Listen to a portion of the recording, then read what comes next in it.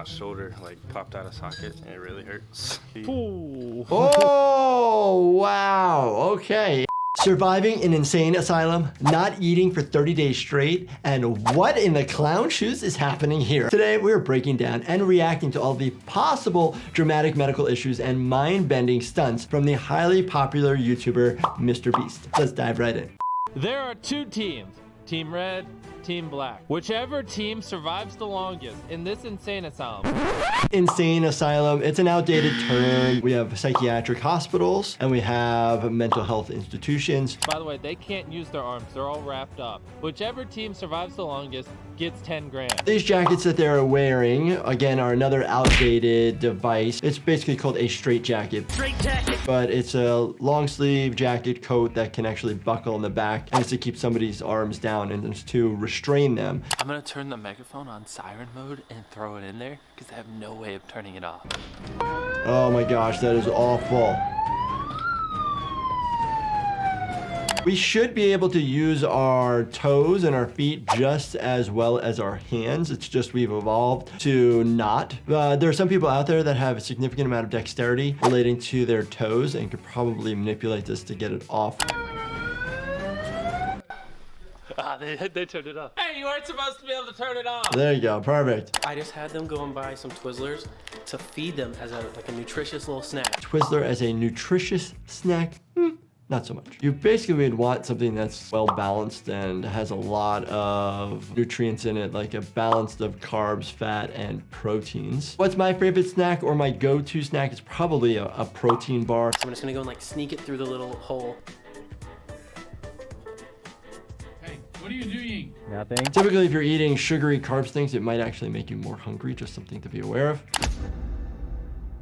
It's time for us to feed them their first ration. This and 3 crackers. We got peanut butter and saltine crackers. Saltine crackers are just basically like dry crackers with some salt on them, giving you some fats, proteins, carbs, a little bit of sodium, but then the issue ends up being with the salt of the crackers, increase the risk of starting to become a little dehydrated. So we were letting Chandler poop and I tore my labrum and my shoulder like popped out of socket and it really hurts. Ooh. Oh, wow. Okay, interesting. Injury to the shoulder joint itself. Labrum is part of this. And so his shoulder can easily go in and out of sockets. How do we deal with the medical injury? All right, so Chandler's out. So Chandler, you go get your shoulder taken care of. It sucks, but nothing we can do about it.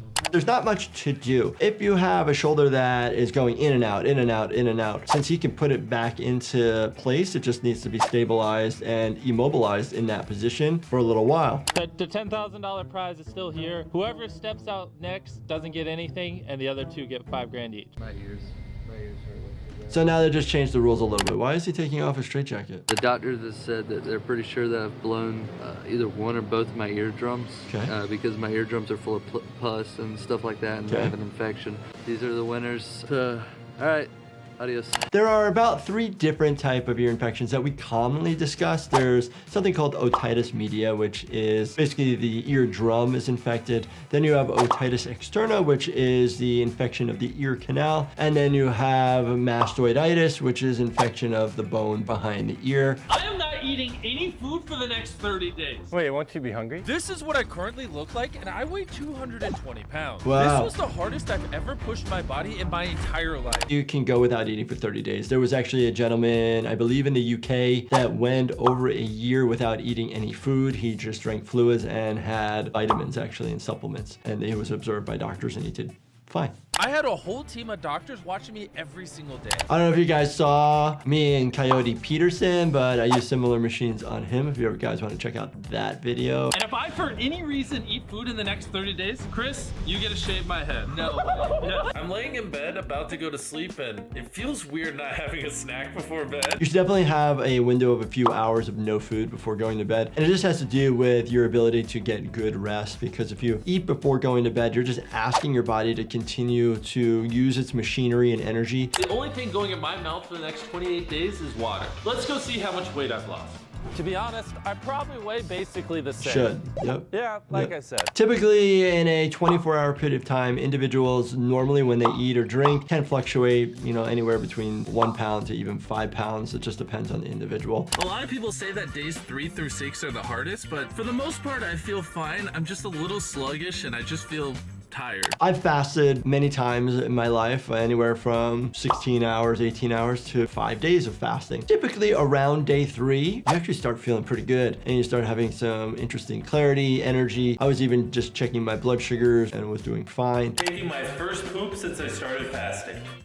So a lot of people come into the emergency department and describe to me that they can't poop because they haven't eaten. Poop isn't just made of food. Your poop is made of like your byproducts of your body's processes. So you still will make poop. So I'm down 2.5 pounds in the last day. That's actually pretty crazy. But it does make sense because I took a giant poop this morning. There you go. It's the morning and I woke up with a headache. So yeah, so headaches do happen. Say somebody drinks coffee a lot, you can have the withdrawal headache from caffeine. And then obviously sometimes relating to either dehydration from not eating or this switch in metabolism. Day number 6, and for whatever reason, I'm feeling really good. See, there you go. So for him, day number 6 is when he started feeling really good, which is fantastic. The boys sent me a random DM saying they're playing basketball. Probably a horrible idea, but screw it. I didn't realize how weak I was from not eating. But despite that, I still managed to score a little. So your body's just a little bit more sluggish, which is a normal effect because also your body's trying to tell you like, hey, we don't have a lot of reserves from an energy standpoint, so it wants you kind of just to slow down. It's kind of our own body's regulatory system. Film with Gordon Ramsay from one of our videos. He has informed me he wants to cook me something for his channel. Beautiful. Oh my gosh. Breakfast sandwich, I young hate man, this. come in. At least take a bite. I love it. They're trying to like tempt him to eat some food. A good way to overcome like hunger, drink a lot of water. The big thing is you just want to make sure you're not drinking so much water that you're then diluting out your electrolytes. I guess there. I'll take one bite, and I have to spit it out technically because of refeeding syndrome, but I still want to just taste it. So you're breaking the fast? I'm gonna break the fast. Oh! It's supposed to be sloppy, rich, delicious. So eating, chewing Best it, thing I've ever tasted. but he's gonna spit it out. So you're breaking it down a little bit. You're maybe absorbing a tiny bit of it. Do you guys want to see a video of me doing a certain number of days fasted? Let me know in the comments. But you can't just have an influx of carbs after not eating for 14 days. Happy with that? I am. I was very happy.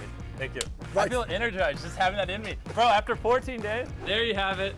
This jerk is gonna make me shave my head. Let's go do it. All right, so he lost, so he had to shave his head. That's pretty funny. But 14 days is really good. When you break the fast, you need to do it slowly. You just don't want abdominal pain. You may end up having vomiting, nausea, diarrhea, and obviously some pain. So please don't do that. You need to do it nice and slow. Trust Chris with the razor anymore, so this is my barber finishing up. And this is the only time you're gonna see me like this. Fasting, you just have to be aware of why you're doing it. What are you doing it for? People do fast all the time and have used it for centuries, from religious, from dietary, weight management. And if you're going to try to do something like this, make sure that you have a healthcare provider that's going to be supervising you. I'm going to attempt to sit underwater for 24 hours straight. Oy. I put a box underwater and we filled said box with air. Cool. And my goal is to sit inside said box, which is underwater, for 24 hours. He's in a wetsuit to help with temperature regulation. That's good. You're definitely gonna get very like waterlogged. Now, normally this wouldn't be safe, but I have this tube right here. This tube is going to be constantly feeding me oxygen. So that's why I won't suffocate, because this tube right here is going to be pumping oxygen into here the entire time. My concern would be he's exhaling CO2. Is he pumping enough oxygen in to displace the CO2 that he is breathing out, so that way he's not rebreathing all that CO2? For whatever reason, I'm not getting air like I used to. What are the effects of somebody who having high amounts of CO2? You actually get confused, you get altered, you get sleepy. And then as somebody gets sleepy, then they changes their respiratory drive and it can actually slowly make you go into respiratory failure. You can't really see it, but dude, my hands are all shriveled up. Like, I don't know if you can tell, but that's not normally what my hands look like. I literally get the wrinkling of my hands and my feet after like 10 minutes in the water. When you're exposed to fluids for a long time, onto your skin, it gets soft, it increases the risk of injury as well as infection to these areas. I hate to disappoint you guys, but I randomly started feeling extremely sick while sitting underwater, and I had to come out. Like, I just had this strong urge to throw up. I think it's because the water was constantly moving. I was just getting really seasick under there. He's saying it's the movement of the water. Definitely could make you feel nauseous. The other component is if he's starting to have some change in his gases relating to maybe retaining a little bit more CO2 and having less oxygen, that could also make you feel nauseous as well. If you don't know, a marathon is 26 miles. It's 26.2 miles. And today, with no prior training, we're going to attempt it with the world's largest pair of shoes. Oh my gosh, that's so dangerous. I mean, it's not so dangerous. It is dangerous in the sense of increase the risk of falling, breaking an ankle, twisting an ankle, spraining an ankle. Ankles all the way. Snapping a tibia. A lot of different injuries could occur by tripping over your feet. Look at the difference there. Yeah, they already do. What's gonna hurt is your anterior tibialis, so the muscle that runs right next to your shin bone on the lateral side, the outer side. This is 26 miles, which is a lot. People train for these for like a long time. I got 4 hours of sleep and I ate a hot dog. Each of these shoes weighs 5 pounds. Oh my gosh, that's another problem. Oof. Typically a normal shoe that you would use in general, maybe a half a pound for like racing, maybe even a little less. These shoes suck. They hurt my ankles, my feet. 26 miles doing this. Just watching this makes my own ankles hurt. When you need to recover, some of the best ways to do this is actually get really good sleep. I developed the sleep supplement called Do Not Disturb. Check out this product on lifehappens.com as well as on Amazon. I need another break, dude. My hips are killing me. Interesting. Why would his hips be killing him? Because he's actually lifting with his hip flexors, those muscles in the front. So he's using different parts of his body that he wouldn't normally use as much and with as much weight on them. This right here is the pathway to the finish line. It's not as epic as a normal finish line, and that's because the marathon closed 2 days ago. How many of you out there have ever done a marathon? Let me know in the comments. I've done a half a marathon, 13.1 miles. The marathon. What?